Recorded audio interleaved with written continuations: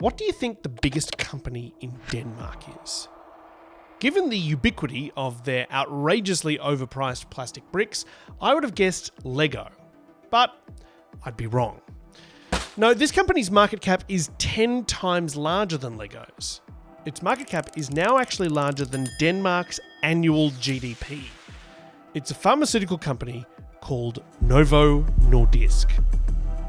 After a century plugging away making insulin and other drugs to treat diabetes, it's suddenly rocketed up to become the most valuable company in Europe.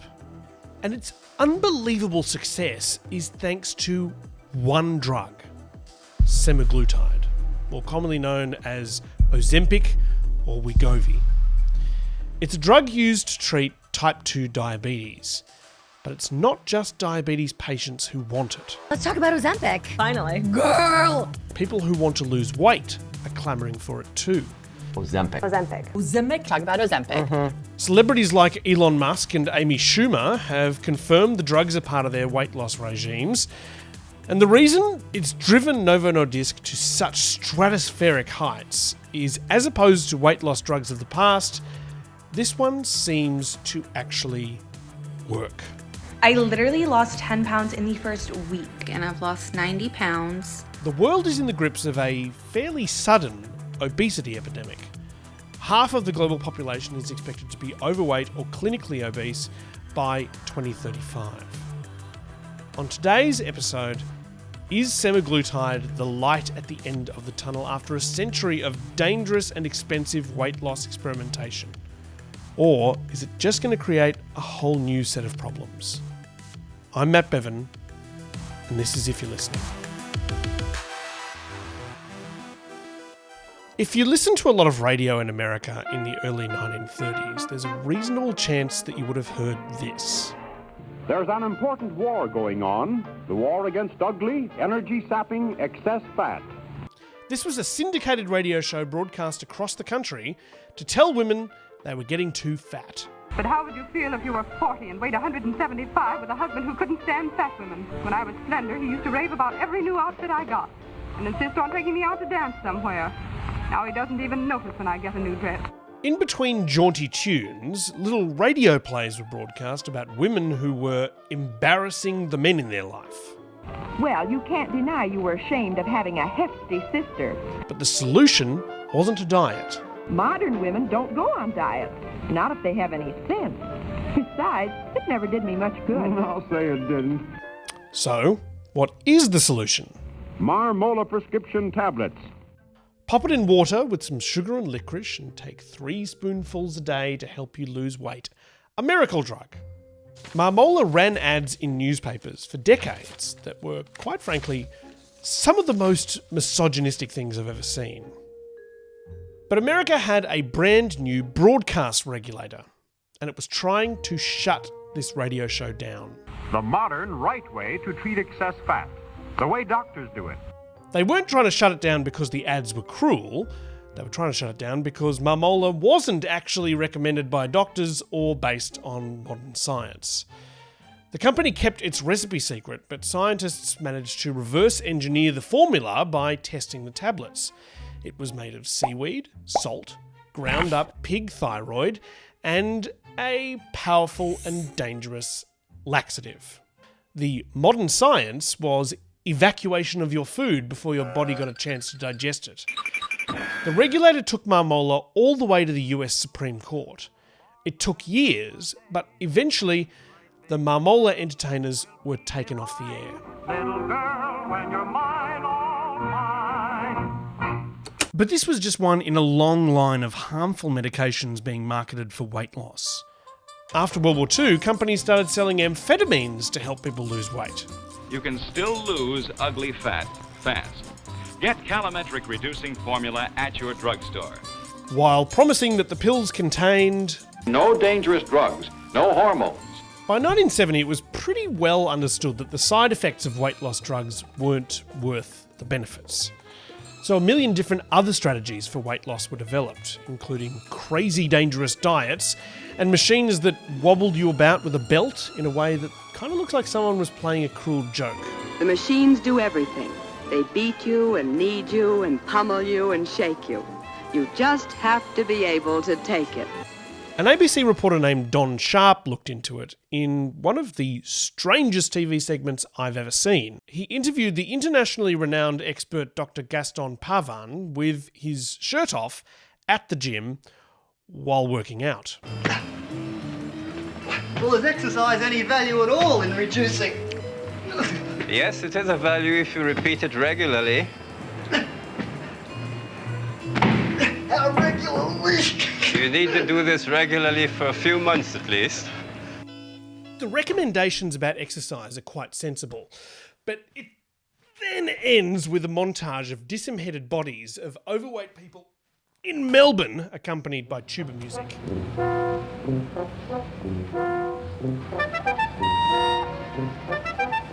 The ABC actually did this a lot. The tuba music was cracked out again for a report on a club in Sydney where housewives competed with each other to lose the most weight. At the end, the women who had gained weight that week sang an unbelievably humiliating song. I'm in the pig pen, I'm in disgrace. I'm so ashamed I can hardly show my face. People were pummeled with humiliating, degrading and cruel messaging about weight loss without much in the way of actual help. And things only became worse as time went on. In the 1980s, the number of overweight and obese people began to sharply increase. Now, you might be asking yourself, why? The most common explanation is to do with our change in diet and the prevalence of ultra-processed food. For some of us, the sweetest, fattest foods will induce patterns of compulsive intake on the lines of some narcotics. By 2000, the proportion of American adults that were considered obese rose from 10% to a quarter. But the data was clear. This wasn't just happening in America. It's only a matter of time, and not very much time, before the rest of the world catches up. By 2009, a quarter of Australian adults were obese, according to the World Health Organisation's definition of the term. By 2016, a quarter of adults across all high-income countries fit that definition too. But defining obesity is a tricky thing. I've just got big stomach bones. The WHO uses the Body Mass Index, or BMI, which is based on weight and height. But that means that Arnold Schwarzenegger, at the height of his bodybuilding career, was obese. Too much or too big, because they're not used to that. So are most NRL and NFL players. We do know that being obese can put you at higher risk of serious health problems like heart disease, diabetes, and stroke. About half of adults in developed countries say they are trying to lose weight, both for health reasons and because of the insane scrutiny and humiliation that we subject overweight people to. But it's hard. And the prevailing theory on why it's so hard is the set weight theory. Basically, this theory says that, mostly thanks to your genetics, you have a set weight that your body thinks you should be. British physiologist Dr. Simon Cork says when you try and reduce your weight below that point, your body will actively work against you. It thinks that the person is in a starvation mode, so it works to bring your body weight back up to what it thinks is normal. We have evolution to thank for this. Humans spent 300,000 years as hunter-gatherers at serious risk of being wiped out by famine. We also need more energy than our monkey ancestors thanks to our very, very large brain. So our bodies store energy. When we start to diet, our body thinks the famine has hit and does everything it can to try and make us regain weight. Your metabolism slows down, so weight loss, the burning up of stored fat, is slowed down also. That basically means it can be incredibly hard to lose weight. As the weight comes off, you start to get hungry again, your motivation starts to go down, you start to feel tired and lethargic. That is your body working to bring your body weight back up. Thanks, evolution. Clearly, for 100 years, people have seen that there is a demand for an effective product to help people lose weight. And a lot of money has been made scamming people who are looking for a solution. That's why when a product came along that actually seems to work, it's led to stratospheric stock market speculation. Semaglutide drugs like Ozempic are something the market has been waiting for more than a century. Danish pharmaceutical company Novo Nordisk got their start in 1923 producing insulin.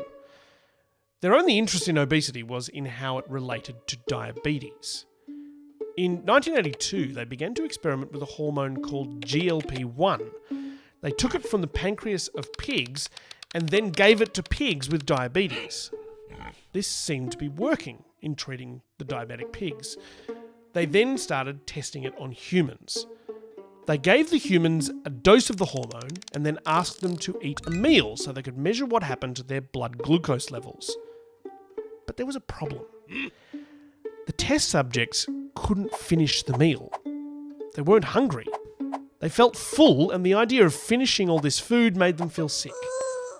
The drug was working to treat diabetes. It slowly releases insulin from the pancreas.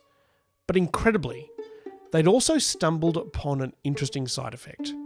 The drug made people not want to eat. It took 3 decades to get the drug to market, but in 2017, Novo Nordisk's Semaglutide was approved for use in diabetes patients under the name Ozempic. In the United States, where advertising prescription drugs is totally cool, it's sold with this jingle. But Ozempic did not become a household name until a little article was published in the New England Journal of Medicine in March 2021. The journal article said that people who were given a higher dose of the drug lost 15% of their body weight in a year and a half, compared with 2% on a placebo. The research was conducted on patients who also changed their diet and exercised more.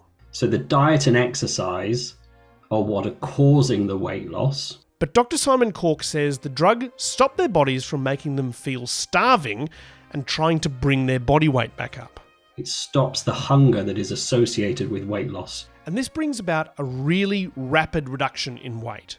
I think what's hoped is that when patients go on this drug, the degree of weight loss that they probably won't have seen before with any type of treatment that they've tried prior to this will be enough of a motivation to maintain the lifestyle changes that have occurred. The media caught on that there was a new drug to treat obesity. It's the talk of TikTok. I just start dropping pounds left and right. Ozempic, alongside its weight loss equivalent Wegovy, became the most in-demand drug in the world. When something like this happens, there's always winners and losers. The winners are the pharma companies. Ozempic is in such demand, it started a global pharmaceutical arms race bigger than anything seen since the COVID vaccine rollouts. Or what if I can do diabetes differently? Now you can with once weekly Mounjaro. Rival company Eli Lilly has released a similar drug. Plus, people taking Mounjaro lost up to 25 pounds. And now it and Novo Nordisk are the biggest pharma companies in the world. The high demand from people hoping to lose weight has led to shortages for people with diabetes, causing a bit of biffo over who deserves the drug more. There is now a shortage for diabetic people who need these drugs to stay alive. And the reason there's a shortage is because apparently all the celebrities are using them to lose weight.